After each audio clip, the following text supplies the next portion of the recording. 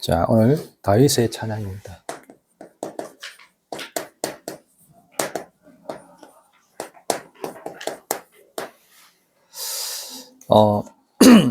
하나님이 인간을 만드신 목적이 있죠. 하나님을 찬양하기 위해서 만들었다고 보시면 됩니다. 어디에 나와 있냐? 시편, 이사야 43장 21절에 나와 있죠. 그래서 우리가 하나님께 찬양한다. 다윗은 그걸 알았던 겁니다. 그래서 늘 감사, 예. 그리고 찬양, 기쁨, 행복, 이것이 늘 삶 속에 끊이질 않았어요.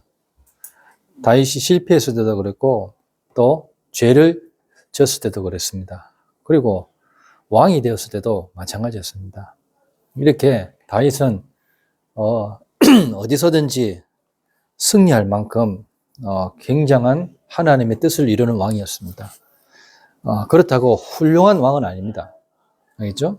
하나님이 원하시는 그 목적이 무엇인지를 알고 깨닫는 그런 왕이었지, 훌륭한 왕으로 치면은 다윗 왕보다 훌륭한 왕들이 많습니다.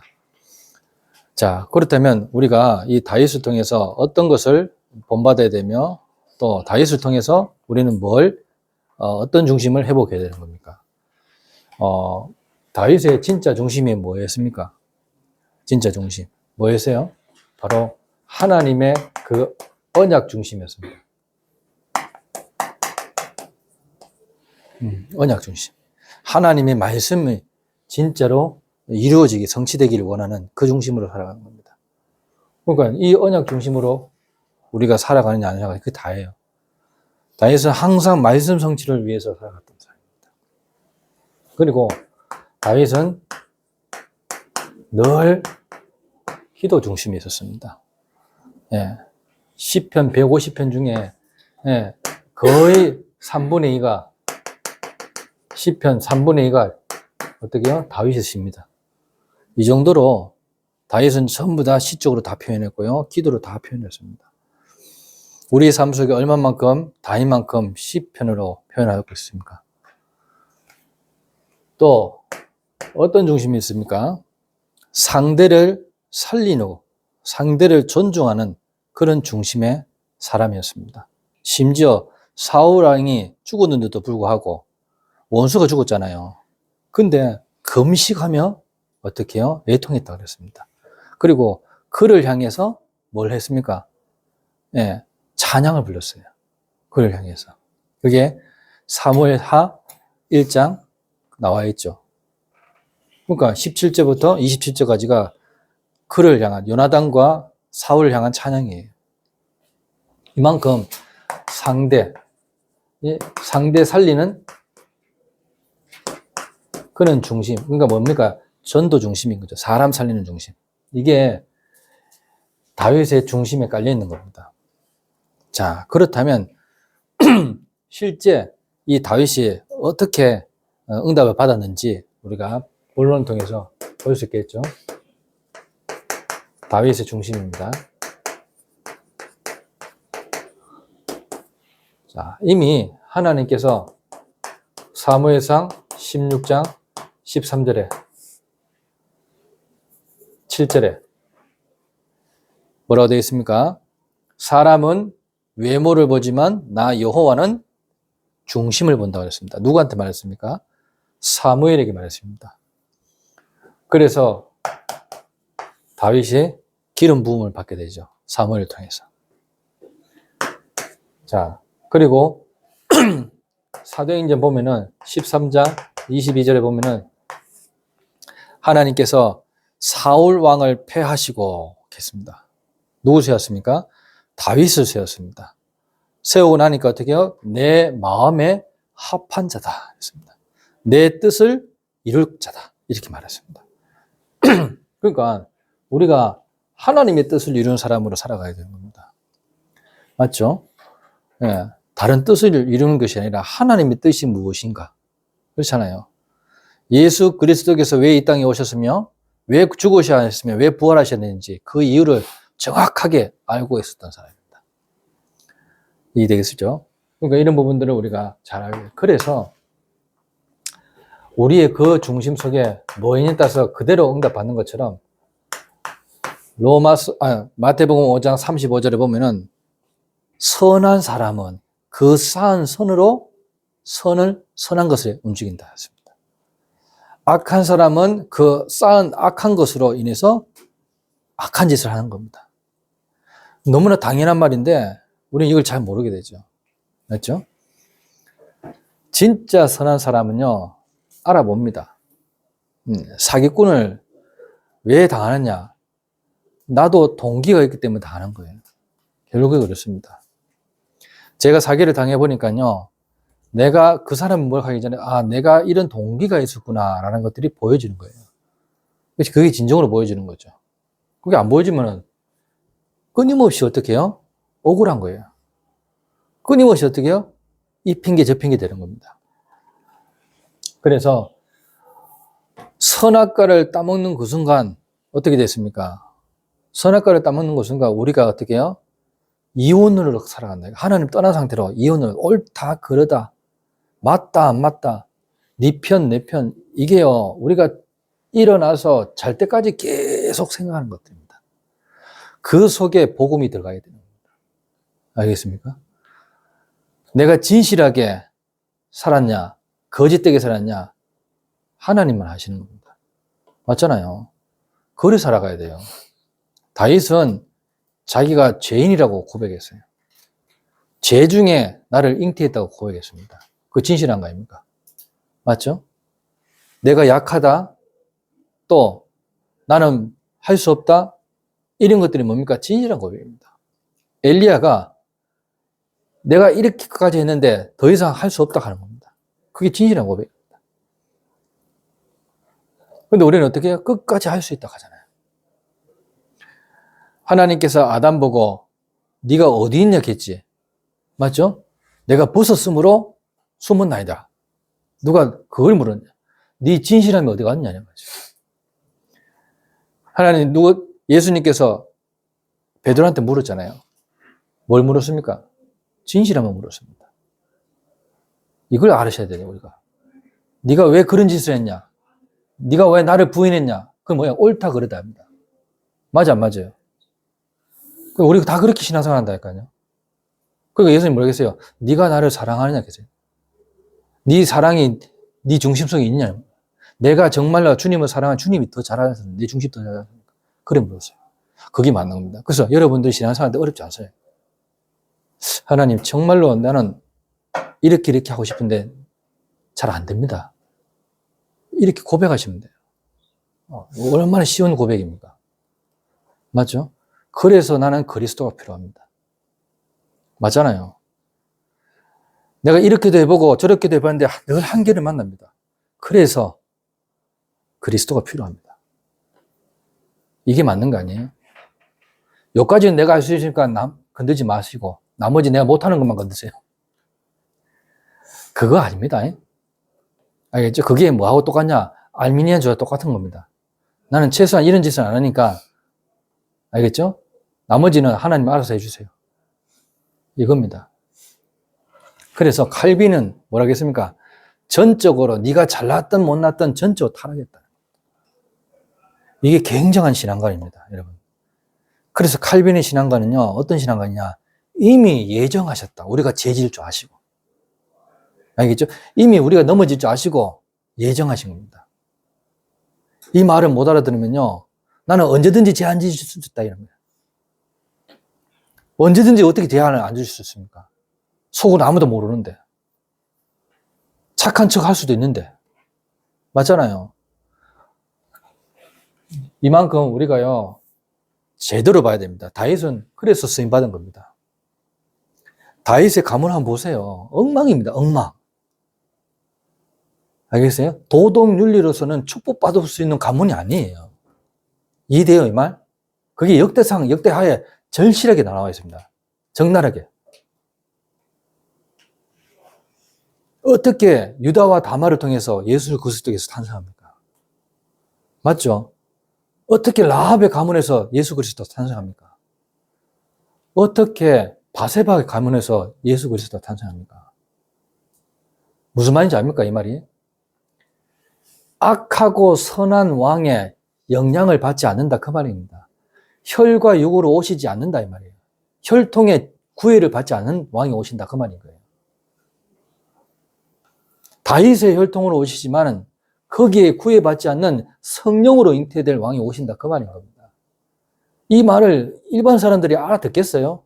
그래서 우리가 특별한 은혜를 받은 겁니다. 그 특별한 은혜를 받은 사람을 찾아가는 거예요. 이해됐어요, 이 말? 이게 전도입니다.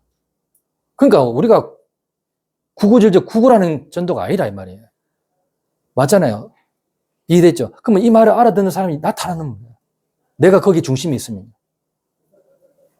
그런 사람들이 주변에 다윗한테 붙었는 겁니다. 언제 붙었어요? 위기 때. 맞잖아요. 위기가 안 오면 어중이 떠지 다 붙는다니까요. 근데 위기가 딱 오니까 어떻게 해요? 진짜 제자만 붙는 거예요. 그래서 어떻게 해요? 블레셋에 있는 동안은 망명시간이죠, 망명. 그 망명시간 어떻게 해요? 많은 오해도 받고 위기도 있고 죽음도 있을 수 있는 그 장소에서 제자를 찾는 그런 시간표였다, 다윗은. 이해됐죠? 그래서 드디어 사울 왕이 죽었어요. 이제 왕의 시작입니다. 왕의 시작.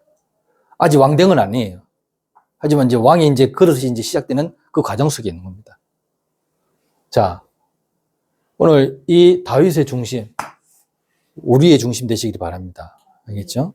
자, 그래서 시편 오늘 본문에 98, 7절에 8절 고백하기를 어떻게 고백했습니까? 바다와 거기 충만한 것과 세계와 그 중에 거주하는 자는 다 외칠지어다. 여호와 앞에 큰 물은 박수칠지어다. 박수할지어다. 이 말했습니다. 자, 큰 물이 뭐예요? 파도입니다. 파도. 알겠죠? 파도가 어디에? 바위에 다 부딪히면서 뭐 합니까? 부딪히잖아요. 소리 나잖아요. 그걸 박수친다고 표현하는 겁니다. 기가 막히죠? 다윗이 시적 표현입니다. 큰 물은 박수할지어다. 이렇게 씁니다. 그럼 파도가 팍 치면서 바위에 부딪히면서 소리가 나잖아요. 그걸 박수친다. 그리고 산악이 함께 즐겁게 노래할지어다. 메아리입니다. 메아리. 새도 소리 나고 매미도 소리 나고 다 소리 날 겁니다. 이것들이 전부 다 뭐예요? 노래할지어다. 이렇게 찬양할지어다. 이렇게 표현하는 겁니다. 그것을 시편 66편 1절에 온 땅으로 표현했고요. 그것을 시편 96편 1절에서 13절 같은 맥락입니다. 네. 시편 96편 1절에서 13절은 시편 98편하고 거의 비슷합니다.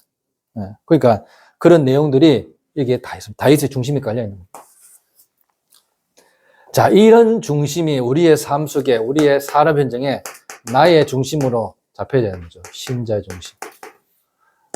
그 대표적인 인물이 누굽니까? 만삭되지 못한 바울이었습니다. 이 바울이 나는 사도들 중에 작은 자라 그랬습니다.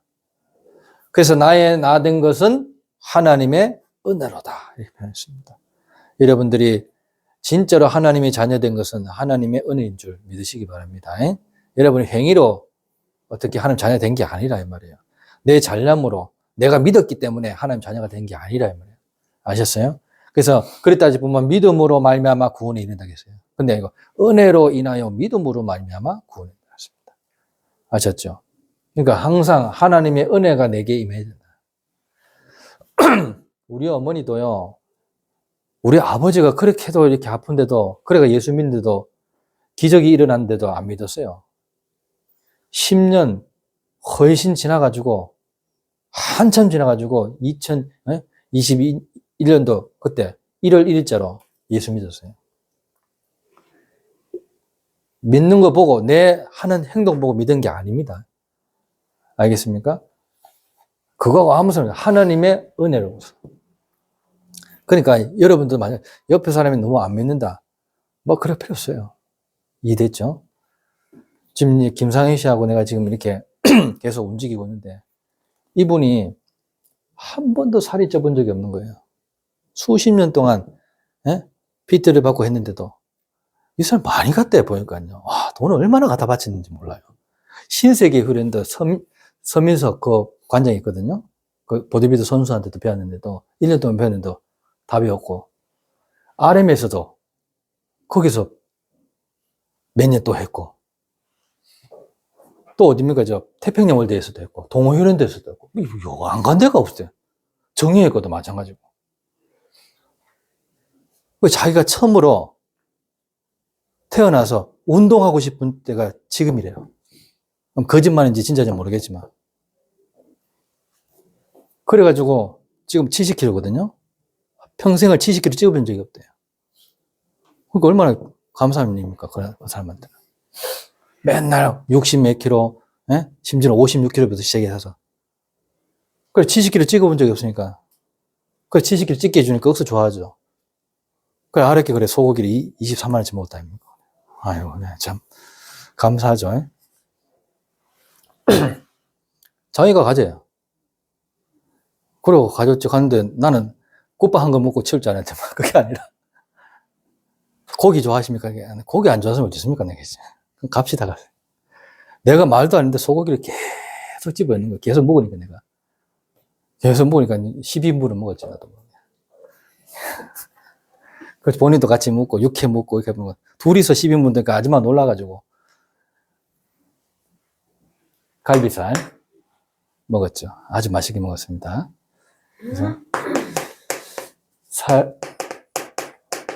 이런 기쁨이 우리에게 있어야 됩니다. 항상 기뻐하라, 쉬지 말고 기도하라, 범사에 감사하라.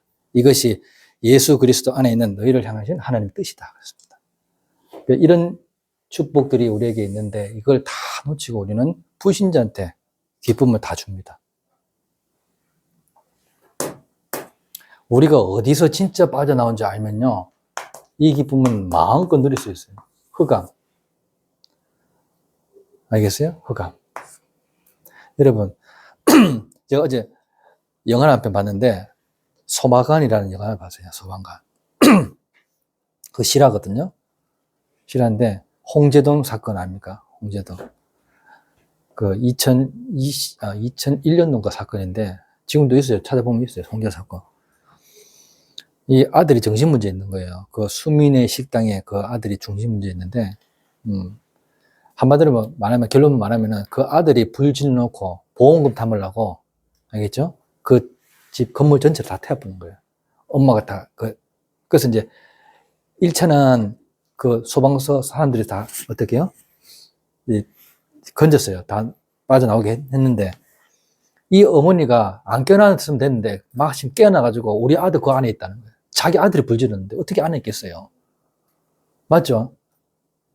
근데 그 아들이, 우리 아들이 그 안에 있는지 알고, 이 이제 반장이 특심이 열심히 있는 거야. 한 사람이라도 더 살리려고 하는 그런 사명감이 있는 거예요. 실제 있었던 일입니다, 이게. 그대로 그 이름도 그대로 집어가 있는 거예요.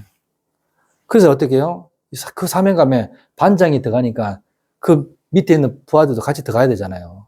안 들어가서 다 같이. 그 5명 들어갔는데 2명만 살고 3명은 다 죽어버렸다 아닙니까, 그 안에서. 근데 소화기는 아무도 없었어요. 근데 그 어머니가 이제 아들이 있다고 생각하고 우리 아들 좀 구해달라고 하는 거죠. 아들이 불 질렀는데 보험금 담으려고. 아휴, 이런 사건도 있는 겁니다. 죽을 사람은요, 어떻게든 그렇게 죽나니까요. 희한하죠. 여러분 보세요. 이게 흑암입니다, 흑암. 실제 그대로, 그 백은 그대로 뭐 재구성한 것도 아니고 그대로 해놨는 거예요. 이번 영화 자체가, 소방관이라는 자체가. 은찬이가 그렇게 가만히 앉는데 2시간 동안 가만히 앉는 거 있죠. 지도 좀 느끼는 게 있겠죠. 들어가지 말아라 하는데 계속 들어가니까 지도 얼마나 답답하겠어요, 그래. 그런 것도 좀 보여줄 필요 있어요. 이런 어둠은 우리가 그거보다 더 큰 어둠 속에 있었잖아요. 하나님을 모르는, 하나님을 떠난 그 흑암 속에 있었고, 이런 저주와 지옥 배경에 있었잖아요. 결정적으로 보면 사단의 건설 아래에 있었잖아요. 이런 데서 빠져나오는데 우리는 어떻게 해요? 기쁨은 온데간데 없고 네가 나한테 이럴 수 있어? 이렇부터 나옵니다. 다 나옵니다. 알겠죠? 하박국 3장 17절 18절 얼마나 선지자들이 타락했으면 하나님이 하박국 선지자를 세웠는 거예요. 하박국은 농부입니다. 농부. 정상적인 코스의 선지자가 아니에요. 알겠죠? 소선지자인데 소선지자라는 것은 작은 선지자가 아니고요. 분량이 적다는 뜻입니다. 대선지자는 대단한 선지자가 아니고 그렇게 알고 있는 사람이 있기 때문에 하는 거예요. 알겠죠? 분량이 많다고 해서 대선지자, 분량이 적다고 해서 소선지자입니다. 그러면 이 하박국은 소선지자인데 분량이 적은데도 불구하고 중요한 것들을 담아냈어요. 하박국이. 뭐라 했습니까? 의인은 오직 믿음으로 말미암아 살리라. 하박국 2장 4절.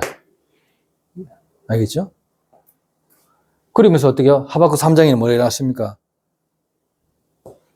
무화과 나무, 감람나무 이런 것들이 열매가 없고 소출이 없어도 외양간에 소가 없어도 여호와로 말미암아 나의 그 구원, 그 구원으로 말미암아 내가 기뻐하리로다. 이렇게 말했습니다. 엄청난 것을 발견하는 겁니다. 하박국. 그렇다면 바울의 고백처럼 뭐라고 해야 됩니까? 너희는 이 마음을 품으라 곧 그리스도의 마음이니. 우리가 이런 마음을 진짜로 품고 나가야 됩니다. 세 번째로 전도자의 마음입니다. 이 전도자의 중심, 이게 현장에 나타나야 되는 거죠. 바울의 현장 보세요. 감옥소라는 현장에서 중심이 나오잖아요. 주 안에서 기뻐하라. 내가 다시 말하노니 기뻐하라. 너희 관용을 어떻게 해요? 모든 사람에게 알게 하라. 주께서 가까우시리라. 그리 말했습니다. 그러면서 아무것도 염려하지 말고 오직 모든 일에 기도와 간구로 감사함으로 하나님께 아뢰라 했습니다. 그리하면 모든 지각이 뛰어나 하나님의 평강이 그리스도 예수 안에서 는 마음과 생각을 지키신다 했습니다. 이런 마음이 저와 여러분들의 마음 되어야 됩니다. 예수님께서도 내가 그들에게 영생을 주노니 그렇죠? 그러면서 어떻게 해요? 영원히 멸망치 않을 것이고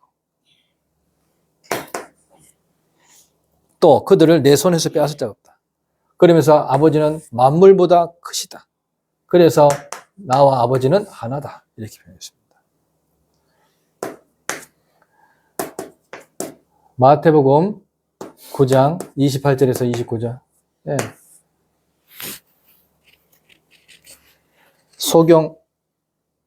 소경이 와서 내가 능히 이 일을 할 수 있겠냐 물었습니다. 예수님께서 주여 그러하여다.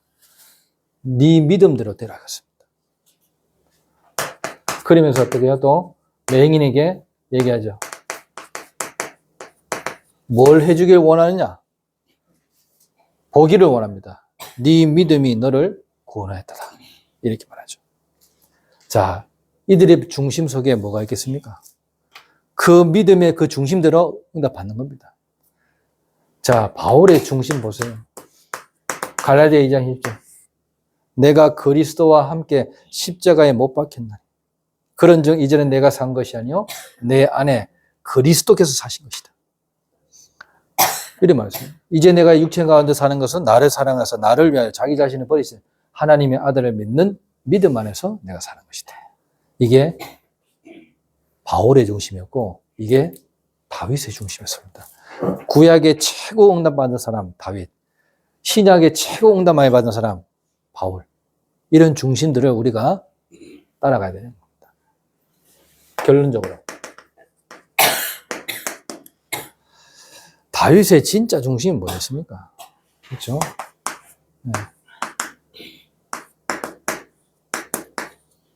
그냥 보세요. 다윗이요 고백했습니다. 자기가 죄 가운데 태어났다고. 알겠죠? 부모님이 나를 죄 가운데 잉태했다고 했습니다. 그러면서 6절에 뭐예요? 그 하나님께서 진실함을 어떻게 해요? 그 중심의 진실함을 통해서 역사한다고 했어요. 중심이 진실함을 원하신다고 했습니다. 그러면서 10절에는 뭐라 했습니까? 하나님이여 내 속에 정한 마음을 창조하시고 내 안에 정직한 영을 새롭게 하소서. 그래서 이런 중심을 기도를 가지고 다윗은 늘 살았습니다. 실수했다. 그리고 평상시 때